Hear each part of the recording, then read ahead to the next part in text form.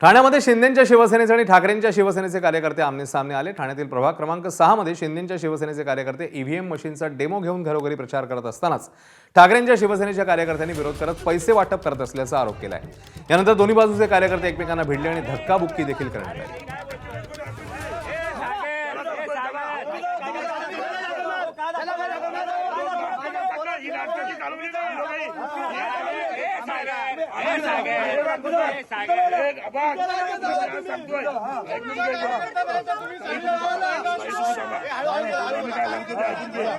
एक लक्षात घ्यायचं, कोणी कोणाचा कार्यकर्ता उभा एबीपी माझा, उघडा डोळे बघा नीट।